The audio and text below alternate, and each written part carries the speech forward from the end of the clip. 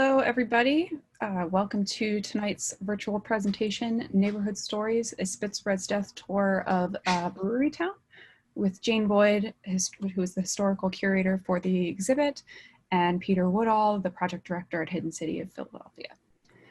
Just a quick few housekeeping details before we start, just so you know how to participate, ask questions, all that good stuff. At any time during the presentation, you can submit questions to the presenters in the Q&A box. It should be on the bottom right of your screen. We'll also be keeping an eye on the chat, but the Q&A is definitely preferred.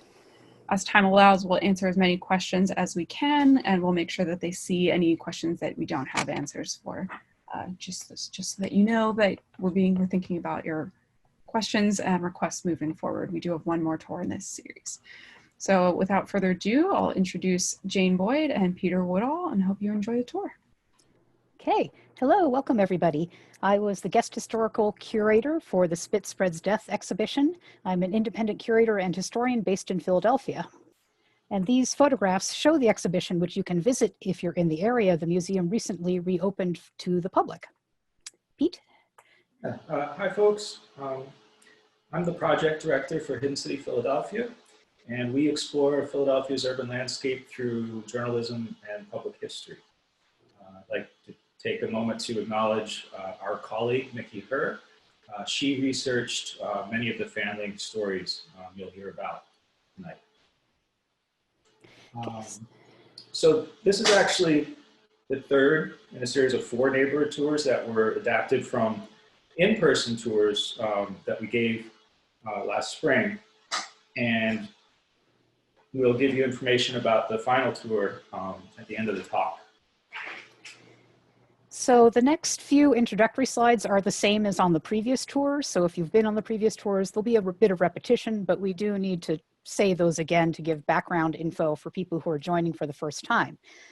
So these tours are part of a larger project called Spit-Spreads Death, the Influenza Pandemic of 1918-19 in Philadelphia.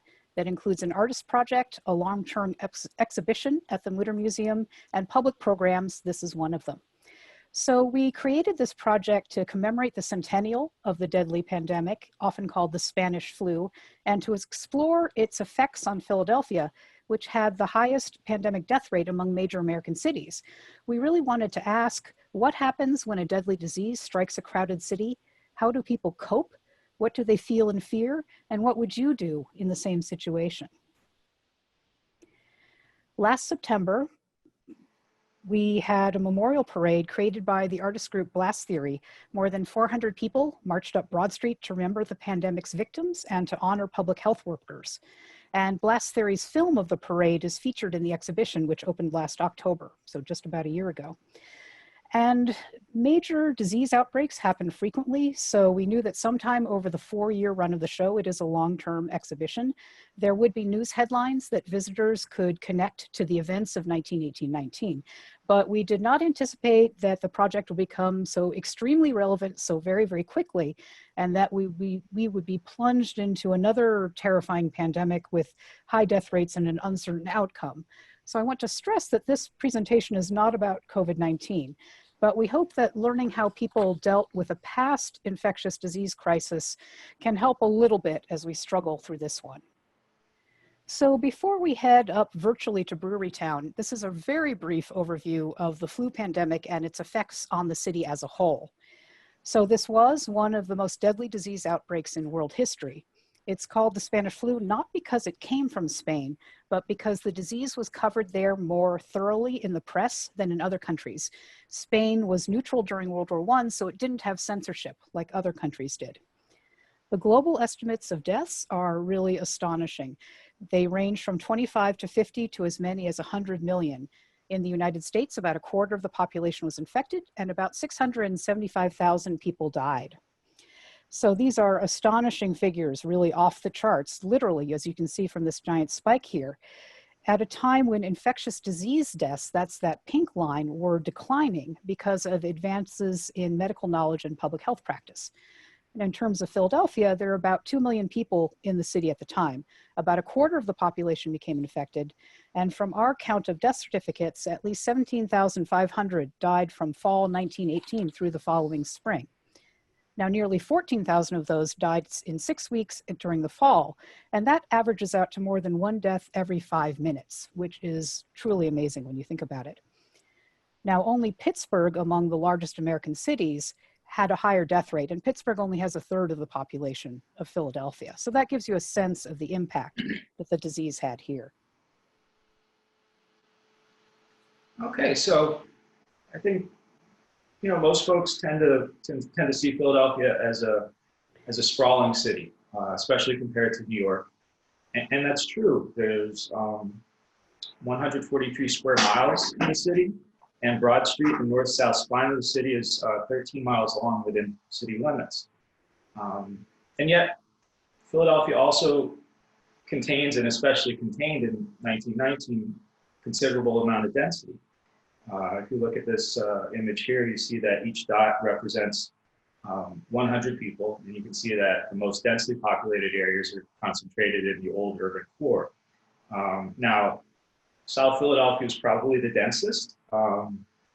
We've found that the population then was about 3 times greater on a block-to-block basis compared to what it is today. Brewerytown was less dense, but still considerably denser than it is today. At the time of the pandemic, Philly had about 1.76 million people, which is a lot, but there were also 200,000 folks who had moved to the city for war work. And that put a serious strain on the city's housing. Right now, as a point of comparison, we're at 1.5 million. So, yes, Philly was dense, but not as dense as New York. Why was it worse here? Well, we're going to explore a bunch of different reasons why that might be tonight. But there is one thing that jumps out at everyone who looked closely at what happened in Philadelphia, and that's the 4th Liberty Loan Parade, which was held on September 28, 1918. Now, the parade was one of many public events that were held to urge people to buy government bonds to support the U.S. involvement in World War I. The pandemic was already loose in the city, though. There were about 600 sailors reported ill at the Navy Yard the week before, and the first civilian cases had already been reported in the city. I think what we call it now is community spread.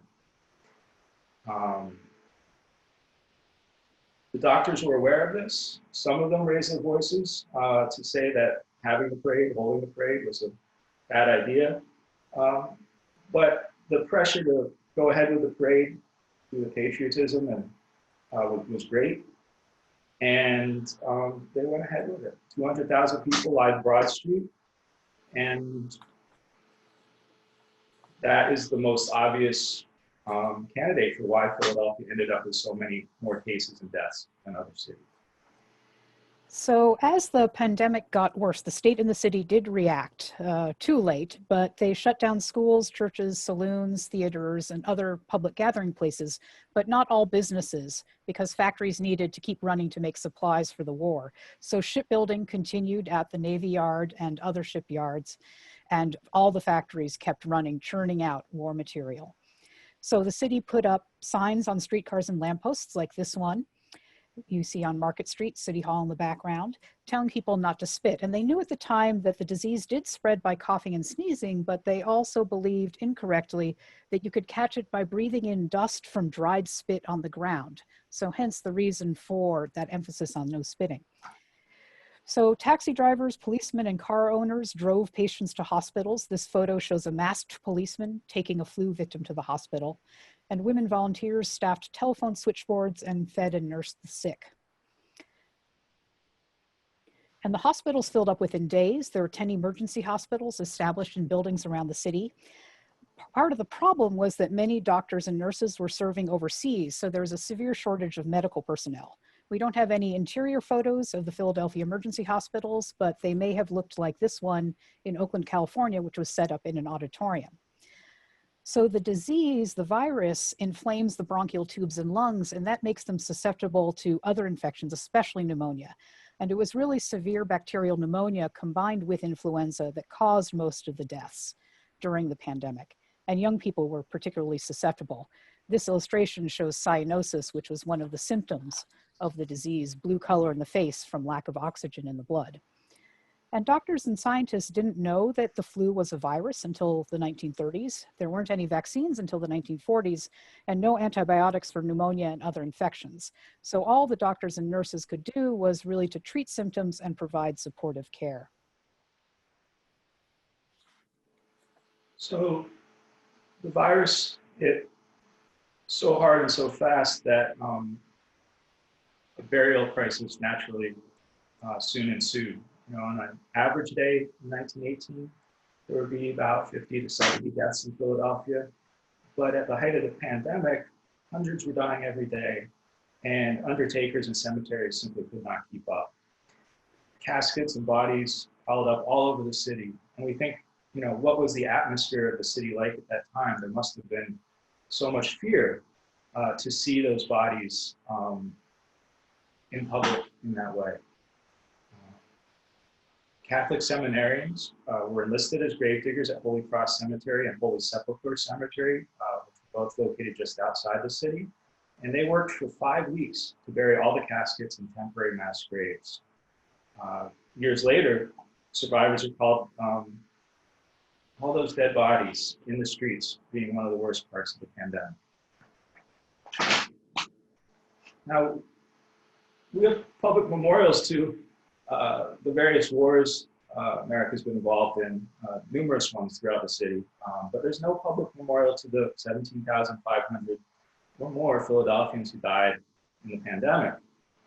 It used to be called the Forgotten Pandemic. I'm not sure we would call it that anymore, thanks to the anniversary and the current pandemic occurring so close together in time. But we have definitely found that many people remember their lost family members and pass down stories about them through the generations. So that's a summary of what happened in Philadelphia as a whole.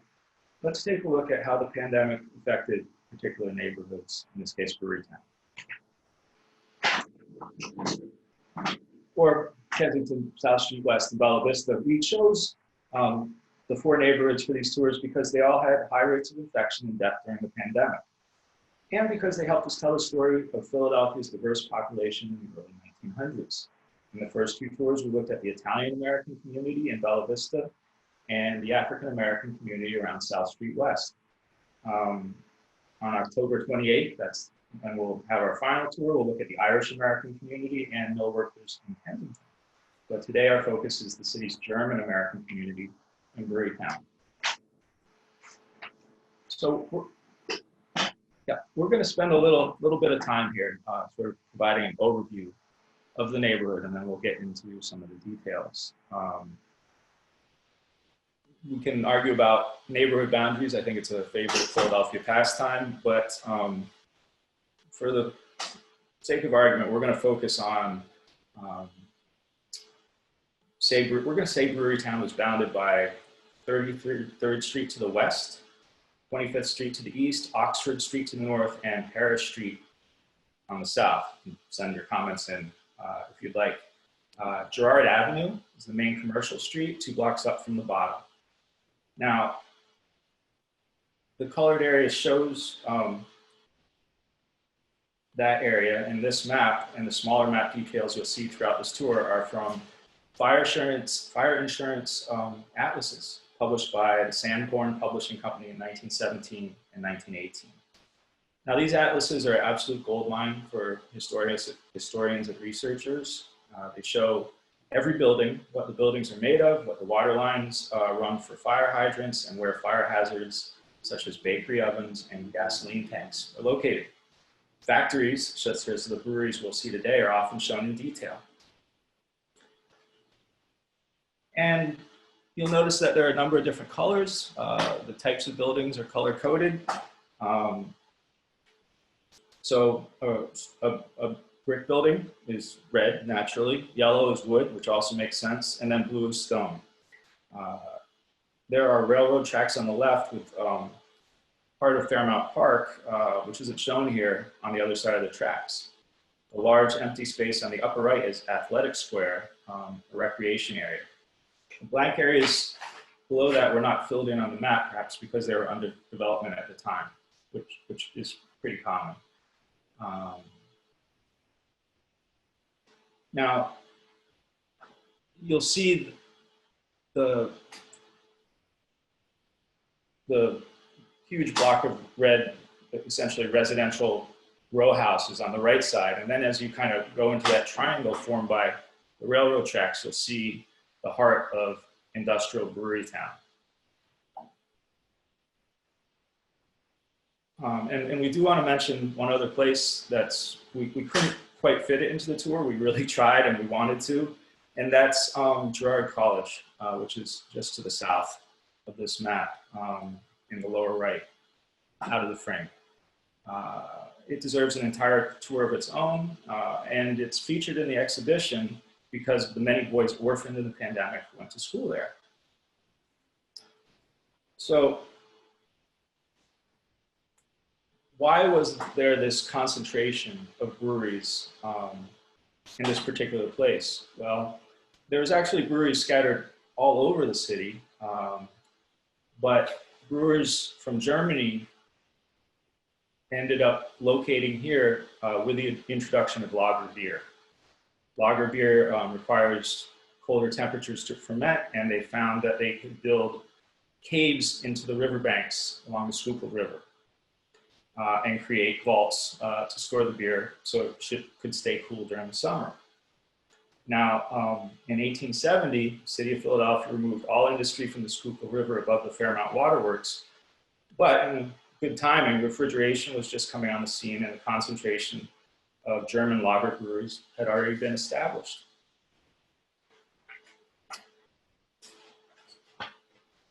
So certainly breweries were one major characteristic of the neighborhood, and its German character was another.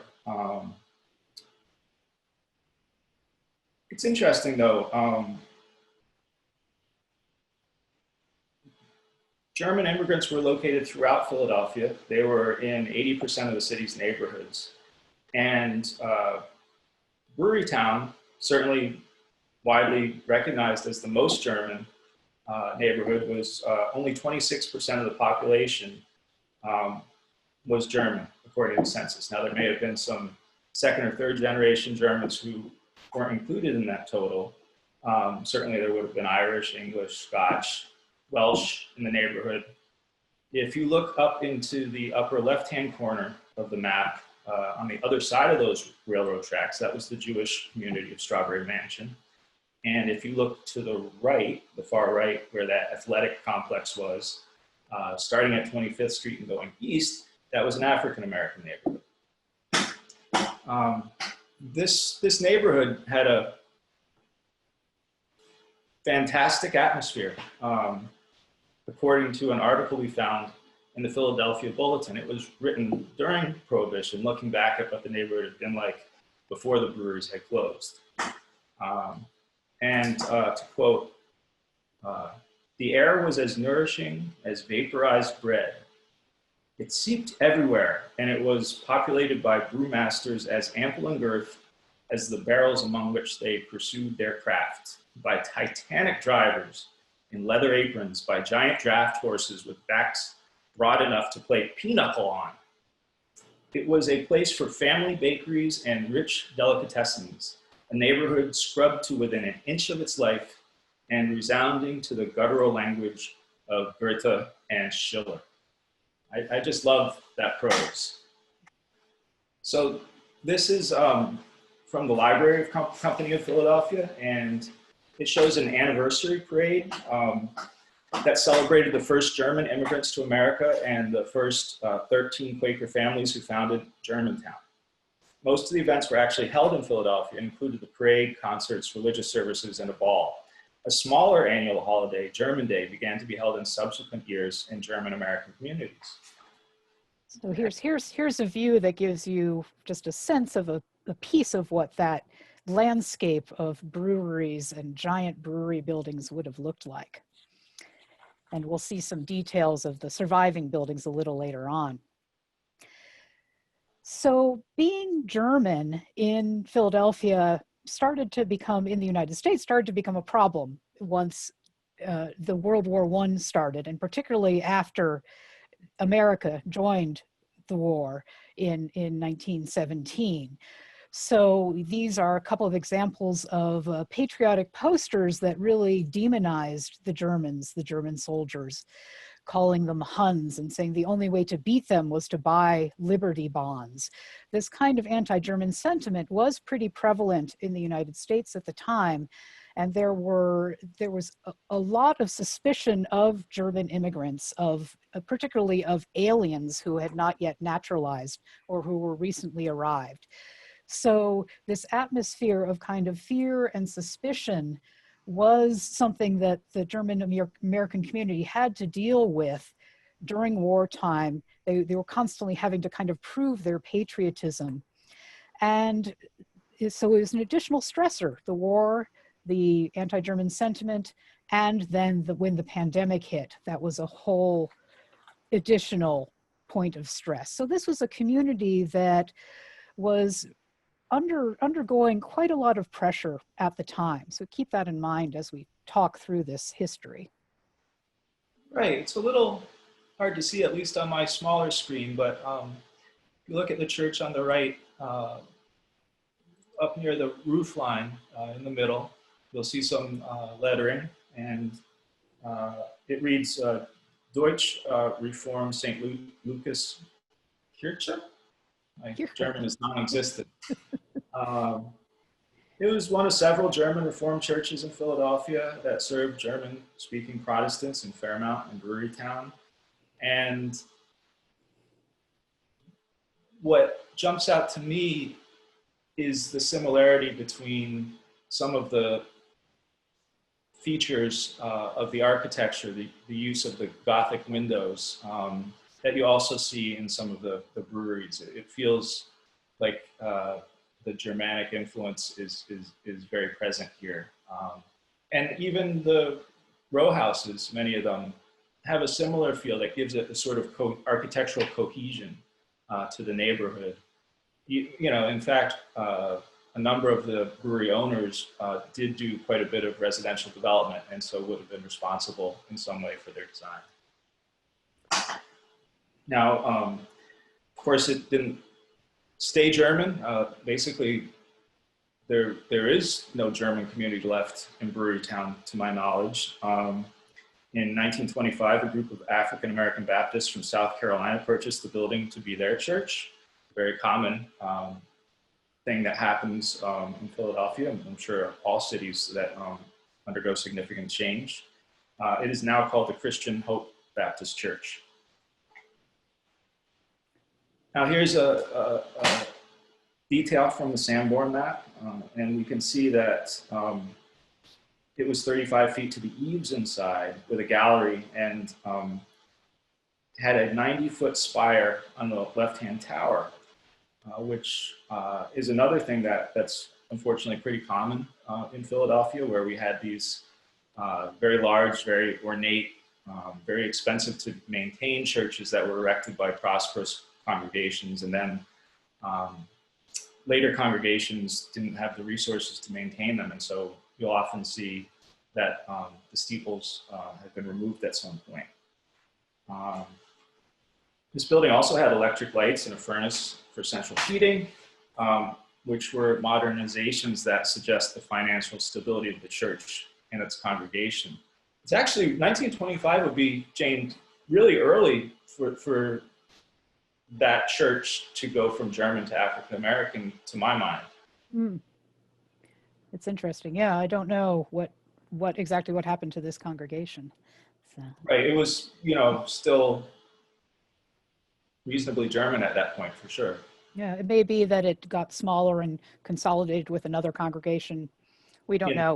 We were unable to fully trace the histories of every single one of these sites. We just have just enough to make an interesting story. Yeah. Plus the lettering and just the overall look of the church, we just found it wonderful, especially in person. Yeah, so here's another sort of interesting building, and it shows that Brewerytown had other industries besides brewing. We've gone basically a block north now, and this building here was formerly part of the Charles W. Young Soap Works, which was one of many small and medium-sized factories in North Philadelphia. And there's now a car repair business on the site, and just two of the original buildings remain, this building here and the garage next to it. And at the top of the building, part of the original metal sign still survives, and you can barely make out the lettering, says Chas W. Young & Co. Soaps. Now here's the Sanborn map that shows that it used to be a much larger complex, and there's surviving buildings. It seems to be the two at the bottom there, the building marked Premium Department and then the garage next to it. And the original complex had several buildings, a factory, a power plant, a storage and drying building with printing on the second floor, presumably for the labels for the soap, and offices and a small laboratory. And we discovered that the company made history in 1912 when a group of 5 Teamsters from the factory completed the first transcontinental delivery of merchandise by motor truck. They drove a load of 3 tons of Parrot brand olive silk soap from Philadelphia, from this factory, to a silk mill in Petaluma, California, north of San Francisco.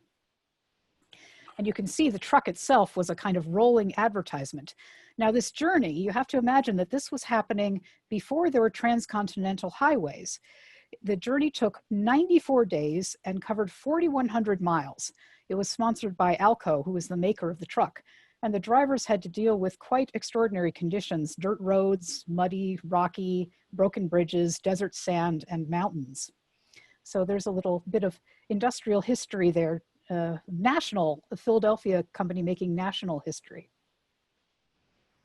So this is typical, really typical street of worker housing. It's small, extremely small, 2-story row houses.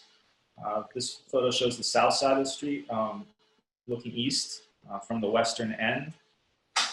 You can see the little rusticated stone details on the lintels that reminds me of the church that we just looked at. And so if we look back at the Sanborn map detail, it shows brick houses with wooden sheds in the back. That's what you see with the yellow color. And a large brick garage. Unfortunately, we don't have photos of the areas behind row houses in Brewerytown. Brewerytown doesn't seem to have received the kind of attention from housing reformers that really created the wonderful archives that we were able to use for Bella Vista and also for South Street West. Perhaps the conditions were a little better. We're not sure, but we can say that certainly the back areas of these rows of houses would have looked something like this. They were tremendously overcrowded. They were used for hanging out laundry. They were used for outhouses. There were communal water pumps that were used because people didn't have indoor plumbing. And that's one of the most interesting things to me, is to think about Philadelphia in 1918, 1919. You know, we have skyscrapers, we have automobiles, we have radio, and yet, you know, here people are having to use outhouses and no electricity and no running water. In fact, my partner, who's an occupational therapist, just had a patient this week who grew up in the Little Italy section of Wilmington, Delaware. And she is in her mid-90s, which would put us in 1925. And she grew up without running water there and still takes sponge baths rather than actual showers to this day. So you know, we're not that far away from it in a sense. So when housing reformers talked about, you know, sort of sewage and water, standing water in the streets, they were talking about circumstances like this. This is the 2900 block of North Garnett Street. It's actually up near Allegheny Avenue. And this photo is from 1921, and it shows wastewater in a ditch in the middle of an unpaved street. And the note on the back of the photo says, "There was no sewer until tenant owner action." We don't know for sure if there were any parts of Brewerytown that were like this, but the photo does demonstrate how primitive conditions in some areas of the city were into the 1920s and even later, frankly, because there probably weren't a great deal of improvements in the 30s either due to the Depression. So just going back to Cabot Street here, here's a view of the north side of the street, and look at the building with the stepped roof on the far left. And the beige brick building next to it, a garage, is newer, and the map detail shows that there used to be houses where that beige garage is. But at the far left of the photo is that second garage, and that was here 100 years ago. And here's a detail of it, closer view of the garage and the map detail, and it's marked as capacity 40 cars. And that's a reminder that even though there were lots of horses and wagons in 1918, the car was really starting to take over the city. There are a few other smaller garages on blocks nearby. And it's interesting to note that the cars here had better accommodation than some of the people on the same block. The garage had steam heat and electrical lighting. And this gives us an opportunity to talk about the role that cars played in the pandemic in Philadelphia, with volunteer drivers taking patients to hospitals and doctors using cars to make house calls. These are two stories from a scrapbook compiled by an unknown person that's owned by the Historical Medical Library of the College of Physicians of Philadelphia. It was put together during the pandemic, and it's kind of a day-by-day record of what was going on in the city at the time. Although the clippings are undated, they're in roughly chronological order. So here are a couple of the many stories related to cars. The one on the left talks about automobile owners being requested to volunteer to give nurses drives, because if nurses were going out on their walks in their uniforms, people were bothering them and wanting them to come and see their family members. The other story is very touching. It talks about how a doctor was from Manayunk having his car absolutely surrounded by weeping mothers pleading for him to examine their children, and he ended up treating 57 children that night. So a couple of remarkable stories related to the role of the automobile in the pandemic. And we found this advertisement from an auto dealer who advertised cars as medicine's most powerful ally in fighting influenza. So this ad appeared on October 20th, after the worst weeks of the pandemic in the city. It's for overland cars, which were made in Indianapolis. And this is an example of an overland from about that period. And the ad cites an unnamed Jefferson Street physician, and he may have been from this area, since Jefferson Street does run through Brewerytown. And this doctor, unnamed doctor, averaged 40 house calls per day during the first 10 days of the pandemic. But, quote, he bought an overland car on October 15th and has averaged 70 calls per day since. So motor cars are a godsend to Philadelphia, and that they will end the pandemic. So this is an example of someone taking advantage of this situation to sell some cars.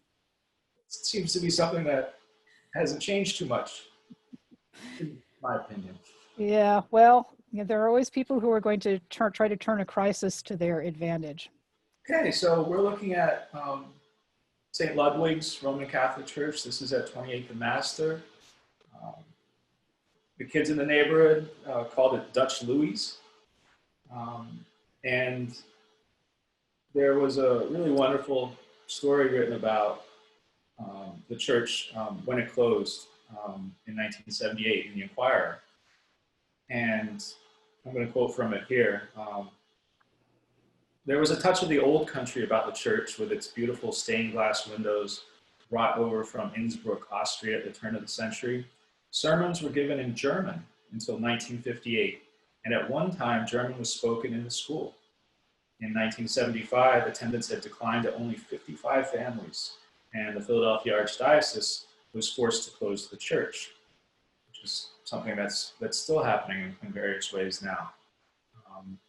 Unfortunately, this is another church where the steeple has been removed. Sorry, my little doodad is blocking the Sanborn map, but this was typical of how the Catholic Church built in Philadelphia. It was not only a church, but a school, also a priest's home, and a convent or a sister's home. The church had steam heat and electrical and gas lighting. And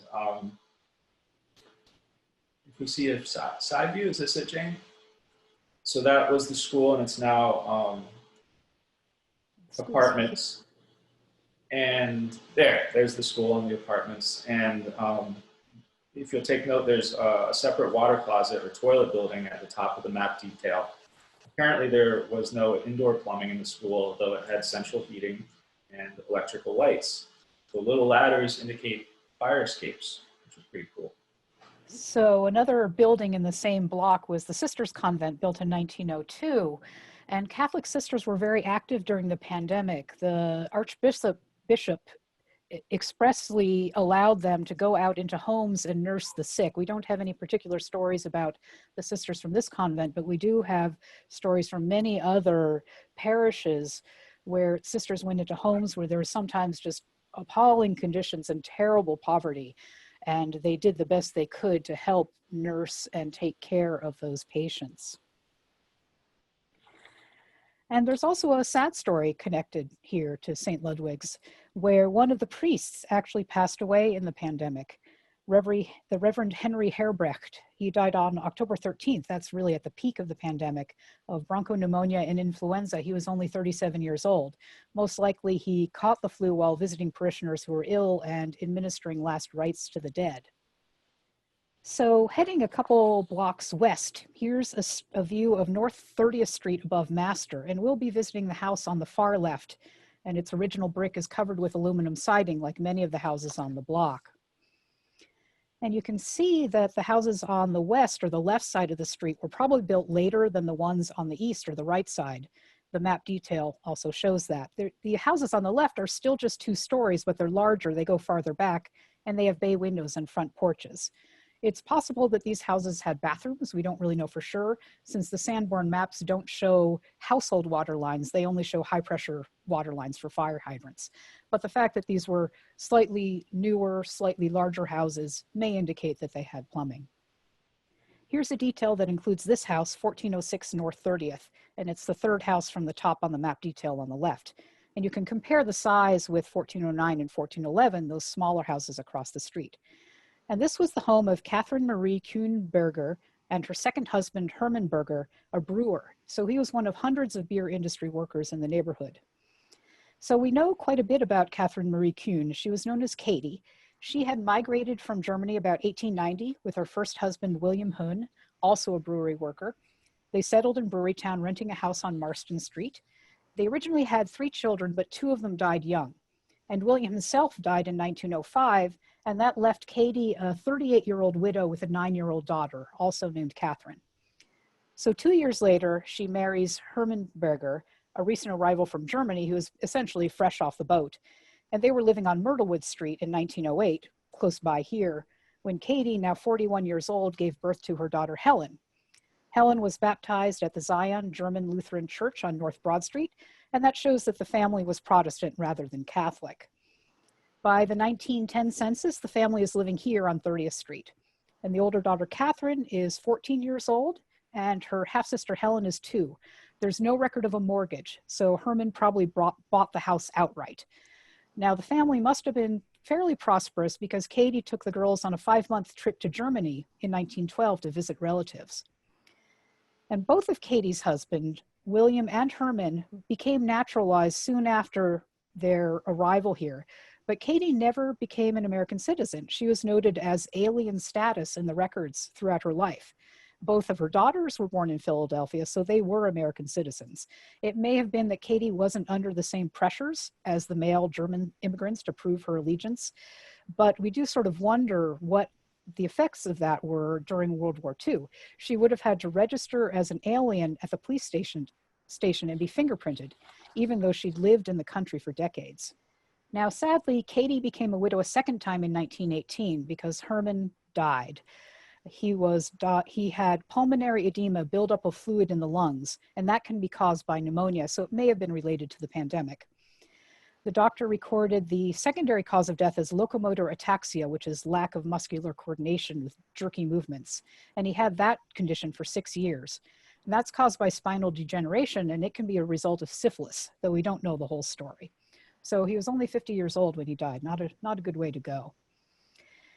So Katie and her 2 daughters survived the pandemic, continued to live in the house, and her older daughter, Catherine, married a second-generation German immigrant. They lived with Katie for a while, and a boarder, also a German immigrant, lived there. So in the 1920 census, it's a full house.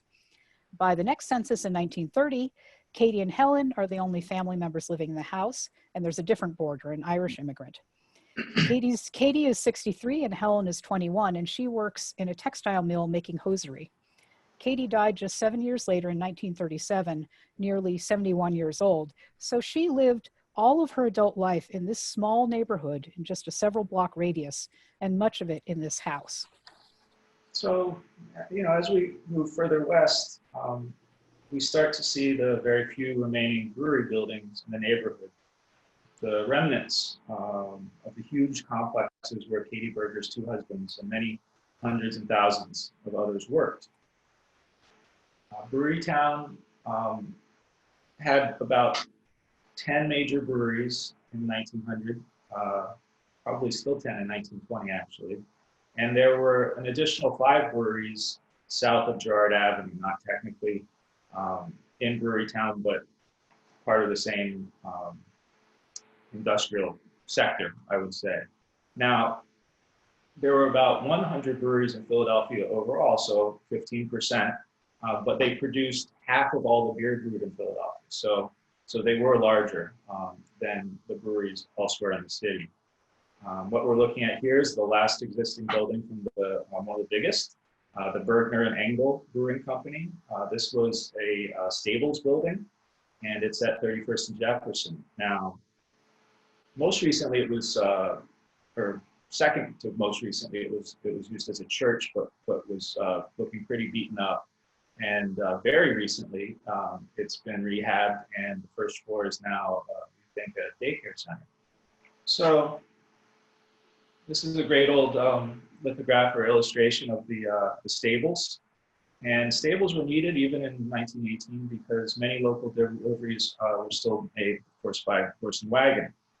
At that time, it was much cheaper than motor trucks, and so much of the distribution was so local. There were 100 breweries, imagine, in the city at that time. Even with all the microbreweries that have popped up in the last 20 years, I think we probably only have maybe 20 in the city now. That's probably being generous, maybe 15. I haven't really kept count, but there's been so many recently that have opened. Longer distance shipping was done by train. You can see here on the right side, the rail car is being loaded directly into the stables building. So this allows you to see just how large the Bergner and Engel complex was. This is the Central Park from Sanborn in 1918, and it was on a block shared by the J.P. Baltz Brewing Company. So you had multiple buildings. You had office, hop storage, boiler house, coal storage, refrigeration machines, pump house, grain storage, brew house, and several buildings and areas with beer storage. So this was a tremendously complex manufacturing enterprise that had multiple parts to it that were all under the umbrella of a single company. So here's a considerably older view of the brewery looking northeast from 31st and Jefferson, from the corner where the stable building still stands. There's such a wealth of illustrations for Bergner and Engel. I really love these views. Here's a couple of interior views, and in fact, there's many more on the library company website. You see the giant vats. I think at that time they would have been made of, the upper two would have been made of copper, perhaps, which are exceptionally beautiful, especially when they get a sort of patina on them. And if we go one more side, we're going to see a couple more interior views, which is the Ale and Porter Brewery and Bottling House. There we go. A few women workers are at bottom left. You can see them gluing labels onto bottles. it's not exactly, you know, Henry Ford on the assembly line, you know, turning out Model Ts. It's relatively primitive in terms of mechanization. There's a lot of hand labor going on there.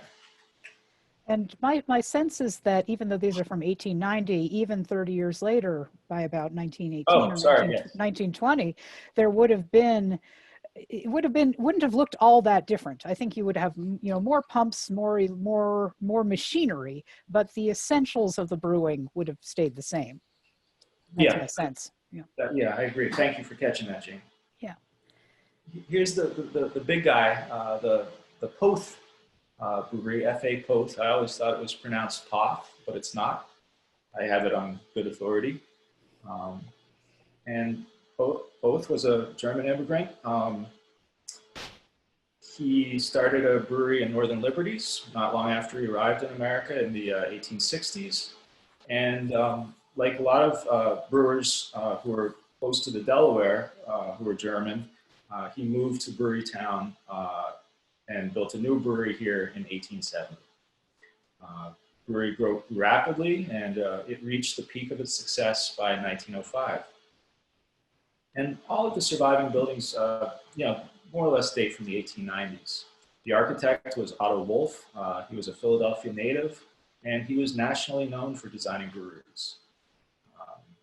He naturally worked in a German influenced style that would appeal to what were often first generation immigrant brewery owners. This particular building is known as, that we're seeing here, the style is known as Rundbogenstil, or round arch style, which you can see in the arches above the windows. Now, in addition to, this is something that we weren't able to get, or I wasn't able to get super clear on, but we think that the breweries also operated beer gardens. Before Prohibition, there were not laws separating the production from the retail, essentially. I'm going to quote here from Rich Wagner. He's sort of the premier brewery historian for Philadelphia, and if you're interested in the subject, checking out one of his books is highly recommended. There was some mystery about the German beer gardens. They were supposed to be shut down on Sunday, but according to one yellow newspaper clipping, the masses prefer beer to the law, and the voice of the people is all powerful. It is a singular fact that most of the old mansions in the vicinity of the Schuylkill are being turned into beer houses. The parlors, which were once solemn with gentility, are now gleeful with song, and under the paternal oaks, the Teuton sits down to sport. That's the quote. And, you know, it was, you know, I mean, maybe there's a bit of embellishment, but it was a piece of Germany in Philadelphia's backyard. And then in 1920, Prohibition happened, and it was catastrophic for the neighborhood. Although initially, for the first 2 years, many breweries, including Poth's, brewed near beer in public and regular beer in secret. But it really wasn't much of a secret. Everyone knew it was happening. You can't brew thousands and thousands of barrels of beer and not have someone notice. So in 1922, the feds cracked down on the city's breweries, and Poth was among those that were closed for the duration of Prohibition. Now, Poth was actually the only one of all the breweries in Brewerytown to reopen after Prohibition, and then unfortunately they only lasted until 1936, so they didn't make it very far. Of those 100 breweries that were around before Prohibition, only 4 or 5 made it to even the 1950s. We're talking about Schmidt's, Ortlieb's, Brett's, Esslinger, Poth, but not to the 50s. I think there might be one more, Hohenadel, not sure. So after that, the property was used for warehousing. In the 60s, civil defense supply storage. And in the early 90s, and this is kind of a fascinating chapter in the building's history, Red Bell Brewing opened there, revived its original purpose. They were one of those early 1990s brewery startups, and they were trying to be sort of Philadelphia's version of Sam Adams. Unfortunately, they sort of overextend themselves and ended up going out of business in 2002. Now, the building is currently, and they've been at it for quite a while, and they seem to be making really good progress. It's being redeveloped by MM Partners, and they're using federal historic preservation tax credits, which means that you have to be quite accurate in how you restore the exterior. So that will be restored. Not all the towers and embellishments will quite make it in there, but fundamentally it will look similar to how it did before. That's an exciting thing because there are so few brewery buildings left in Brewerytown. There's the bottling building, there's this building, and then there's several buildings from the breweries that were south of Girard. But other than that, unfortunately, the businesses and the buildings that gave the neighborhood its name are no longer with us. So in terms of the people who worked here, we do have a death certificate from someone who has recorded as working at Poth. And that's a little unusual because the certificates usually list occupations, but having the specific employer's name there is rarer. This is the certificate for John James Buck, who was born in Philadelphia to parents born in Germany. And it says that he was a driver for the company, most likely a wagon driver rather than a truck driver. And he lived on North Marston Street, just one block over from St. Ludwig's Church, which we just saw. So he was 28 years old and married when he died of lobar pneumonia and influenza on September 30th, 1918. That's relatively early in the pandemic. Now, Buck may have driven a beer wagon like this one from that Bergner and Engel pamphlet we saw some illustrations from. And when the Mütter Museum asked people to send in family stories from the pandemic, one woman contributed a memory from her mother, Irene Rummel Bader, who lived in West Kensington and was 13 when the pandemic hit. Now, Irene Bader recalled that her mother said that the next door neighbor was a big German who had the strength to drive a 4-horse beer wagon. He was in his late 30s and was dead within a few days. So Buck may have been a man like that German, very strong, but cut down in his prime. We're looking at a mural arts mural from their Industrial Light series by Philip Adams, who's the artist. It's actually a project that I helped them out with, helped them finding locations for the murals, and also did some research and found some images for them. And this was one that actually they finished after I was involved with the project, which, you know, I'm not trying to duck out of here, but I did notice that the image shown here is actually a very famous postcard image of Dock Street from 1908 from the Detroit Publishing Company. And so they just sort of transposed the one into the other and made it about brewing. Philip's an amazing artist, but I wish they hadn't done that. But still, I'm glad that there's some gesture towards the neighborhood's brewing history, even if it's a little historically inaccurate. This was once the West End Union Republican Club, basically 30th and West Girard. And, you know, previously it was after it was the Republican Club, it was the Teamsters Union Local 107, which is now located up in Northeast Philly, along with other Teamsters divisions near the Philadelphia airport. But we included it in this tour as a way to talk about the influence of machine politics on Philadelphia's response to the pandemic. So when we talk about substandard housing conditions, especially for renters, when we talk about a weak public health bureaucracy that wasn't able to stand up to political pressure to hold the victory parade, those are both things that were exacerbated by the Republican political machine's stranglehold on power.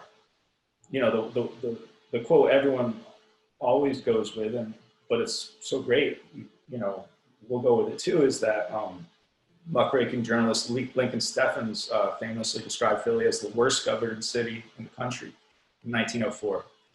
And arguably, the situation was even worse by 1918. The problem fundamentally was that the municipal bureaucracy was thoroughly politicized, so that loyalty and service to the party were more important than competence. The civil service exams that were introduced during the progressive era had not made it yet to Philadelphia. 1910, 1915, 1918, we're still waiting for them.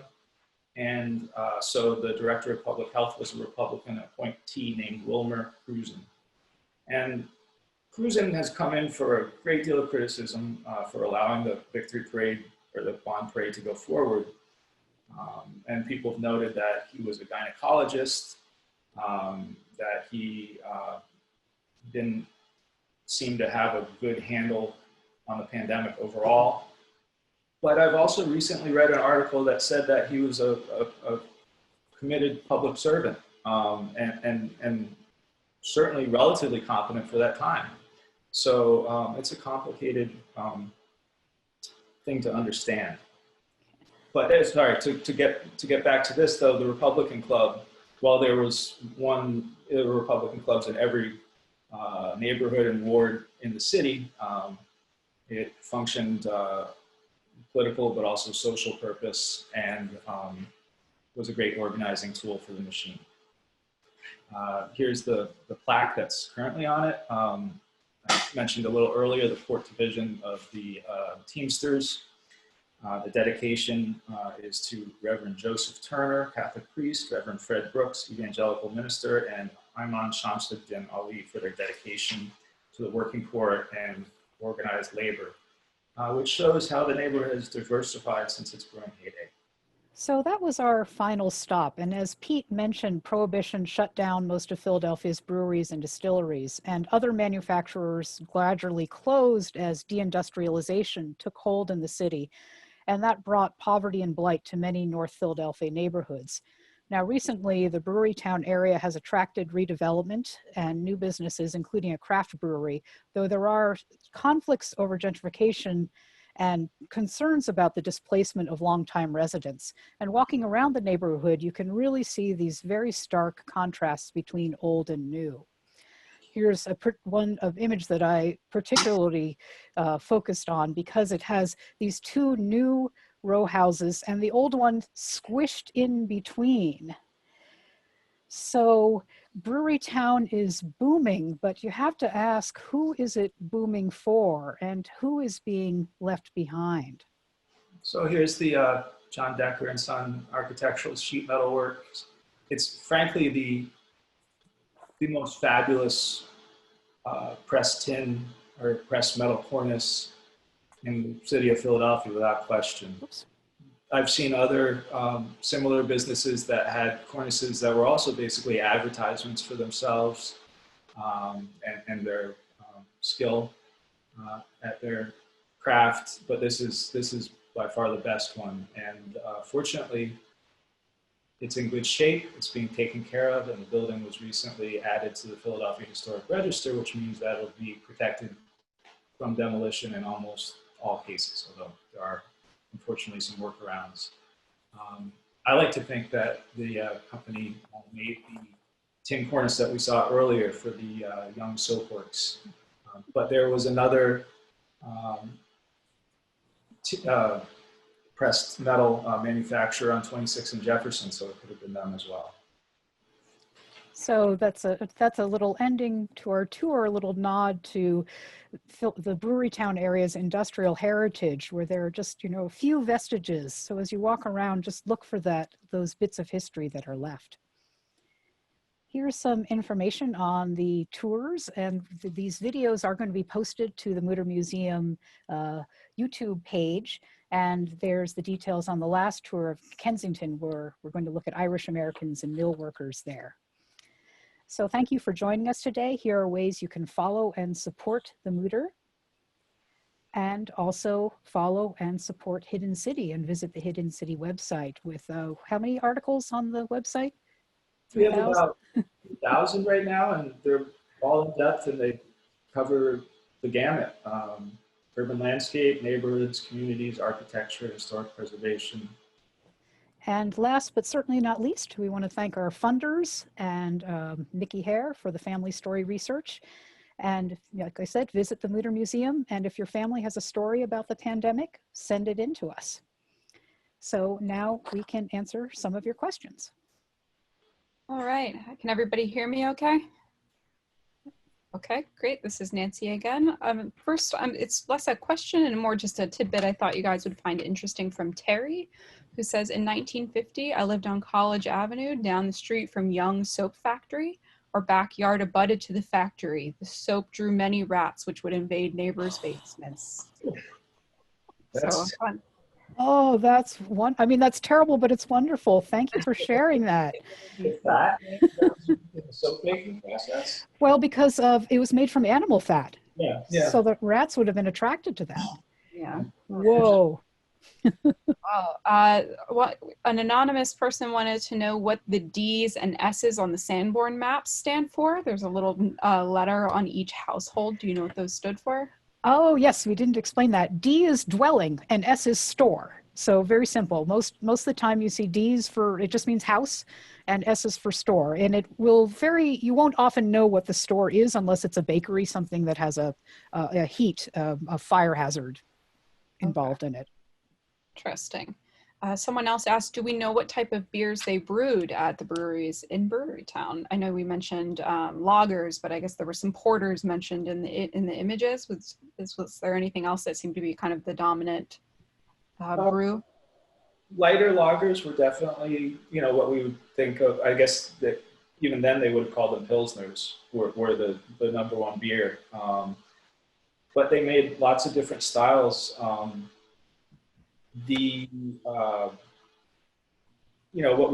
What we saw in the 1950s and later when Bud and Miller and Coors and Stroh's took over the beer industry in America was that they basically narrowed down the product line to just like two kinds of beer. But before Prohibition, breweries made all the traditional European styles of beers. So yes, lagers, but also ales, porters, pale ales, all those types of beers were produced. Okay. Daniel asks, these German-style buildings remind me of Hamburg in particular. Is this just a coincidence, the red brick being available in both places, or were Philly Germans largely from Hamburg? That's a great question. I've never been to Germany, and I'm not sure where that generation of German immigrants, that arrived in the 1860s and 70s, were coming from. Yeah, I will say personally, my family came from Germany around this time, and they were from Saxony specifically. It was interesting to hear you guys mention textile mills because they were actually in silk processing, and that was kind of they came from a traditional textiling town in Saxony in Germany. So I'm not sure. That would be interesting to look into, though. I guess probably a little bit difficult because Saxony was not yet part of Germany when they came here. So Right. I think certainly generally the German immigrants from that period were coming from urbanized areas and did have backgrounds in industrial trades or crafts. okay, so the German urban sprawl would have been familiar at the very least, if not specifically Hamburg urban buildings in Germany. Okay, I would imagine so, yeah. Interesting. I think this will be our last question, and it's also more of a comment. I wanted to point out the ad that you guys showed for the car. That car dealership is around the block from the museum. It said it was at 141618 South 21st, and we are at 19 South 22nd. So that's our that car dealership would have been our neighbor. So that was kind of a fun thing to see. Well, that makes sense that this would be a whole nother tour, which would be sort of automotive Philadelphia. And there were a surprising number of automobile manufacturers and dealers and allied industries in Philadelphia in the teens and the 20s. And walking up North Broad Street, all these sort of big blocky buildings, many of them were garages, some of them were actual automobile so cars were being made in Philadelphia. It was really big business. Building on North broad right now, right? Yeah, yeah. Yeah. Great. Well, thank you, everyone. Thanks for attending, and hopefully we will see you at the next one.